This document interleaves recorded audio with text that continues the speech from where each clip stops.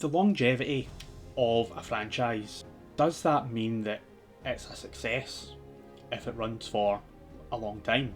Personally, I don't think the length of a franchise does mean that it is successful.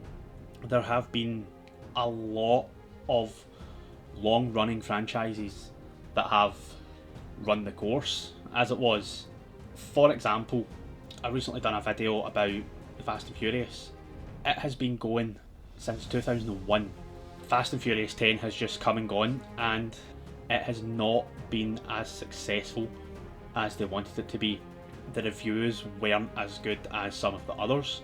The reviews have been dwindling since about Fast and Furious 7, with still another 2 films to come out, plus another Hobbs and Shaw film.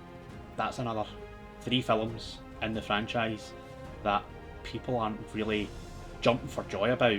As everybody knows, I am a superhero fan. I love my comics, I love my superhero shows and my superhero movies. The MCU at this point has been going for 15 years now, and that started with Iron Man, and people didn't think that it was going to last as long as it has. They didn't think that it was going to span a universe. From 2008 to 2012, they done the few films and then the Avengers film to round it off, and that started the entire MCU, and it's gone from strength to strength. Then it got to the pandemic and Phase 4. It slowed down. The critics were panning almost every single film. The fans were panning a lot of the films. I've given my own take on Phase 4. There's other franchises that have succeeded for almost every single film over a longer period of time. For example, we're still on the hunt for a new James Bond. The Bond franchise has been going on for about 60 years. And anybody that has watched a James Bond film, you know what to expect. They stick to a set story. Here's a bad guy, here's what his plan is, he gets stopped. They know that the bad guy's going to get stopped. They just want to see what happens. Another franchise that I have looked into was The Mummy. There have been Mummy films for about 85 years. The original Mummy film was about Imhotep, which was the same character as it was in The Mummy with Brendan Fraser. There's talk now of a sequel with Brendan Fraser coming back because of his resurgence into the industry after everything that happened to him, and he come back and he won his Oscar, and now they're wanting to do these films again. How that would play out, I don't know, because physically he has said that he couldn't be in as a physically demanding role. It would have to be less physically demanding. There would probably have to be more stunt doubles because of all the injuries that he got from doing these films. I would be interested to see another Mummy film. I enjoyed the 3 Mummy films, plus the 5 Scorpion King films, surprisingly, that I didn't know existed. But they helped span out the longevity of the Mummy series. The longest that I could find in my research was Invisible Man stories. They go back 87 years, and every now and again another one comes out. The last one was The Invisible Man with Elizabeth Moss, which I thought looked a bit strange because it's like, we've had Invisible Man films, how can you do it differently? But then I watched it and I was thoroughly surprised that it was a really amazingly good film. There's talk of a sequel. There's also talk of other Invisible Man films.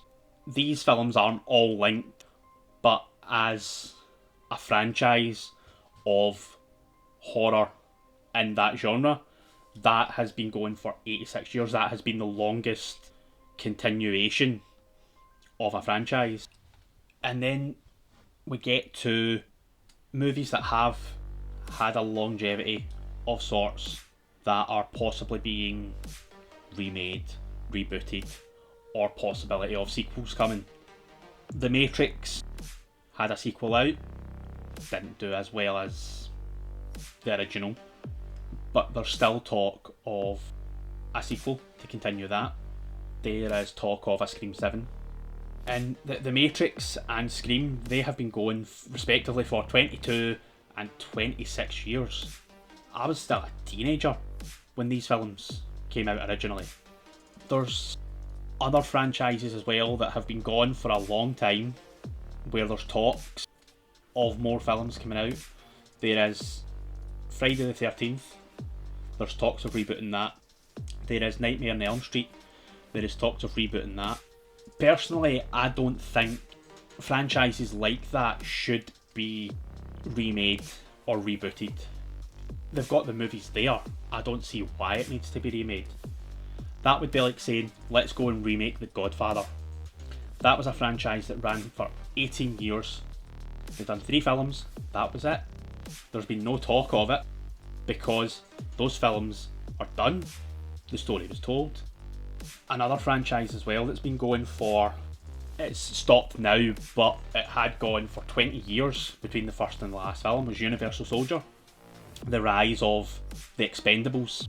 There was talk of doing another Universal Soldier film because these actors were back in the spotlight, and every single person that was involved in it said no. We've told all the stories. We've told stories we didn't need to tell. We've told stories that the studio wanted us to tell because they wanted to make some more money out of the franchise, because there was other things happening and it didn't work. I'm going to end it on a franchise that has spanned movies, TV, comics, video games, books, and any other genre you can probably think of that I haven't. And that is Star Trek. The movies alone have spanned 36 years from the first one to the last one. I mean, if you include all the different media that has covered it, it is 57 years. That's from 1966 till now. Now that doesn't seem that long in the grand scheme of time, but when you think about it, it has probably been one of the most successful sci-fi shows continuously.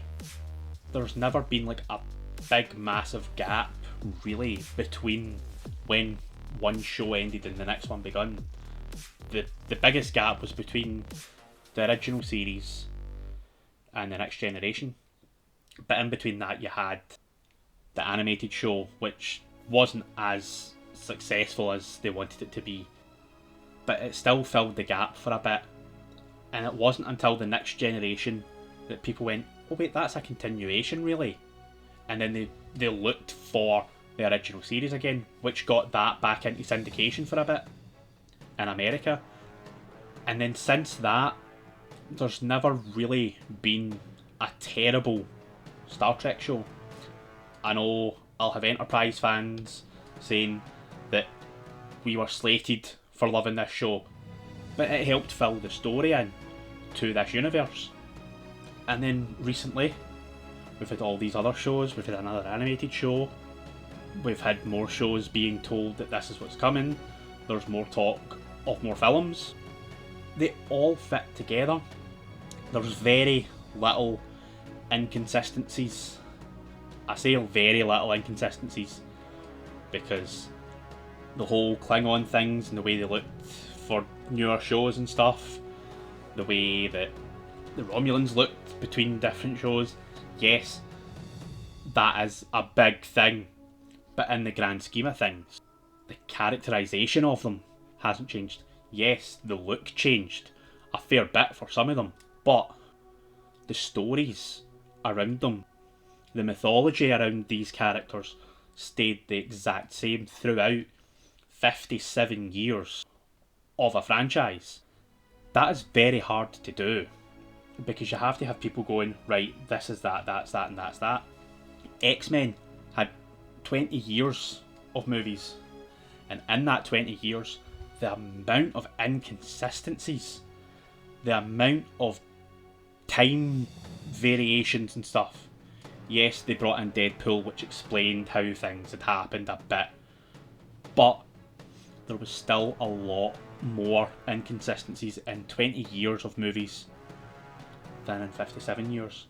So it shows that with this massive longevity, there doesn't need to be big inconsistencies. When this video drops, I will put in the comments a list that I found of the longevity of franchises, how long they've been going, and if they are continuing, if there's talks of sequels. It's just to help open up a bit of a dialogue. Let me know your favourite franchise that's been going for more than 10-15 years. Here's one that probably nobody knows, went for 30 years, is Tremors. People will probably think that there was only one Tremors film, there was actually 6. I'll leave you with that, and see ya.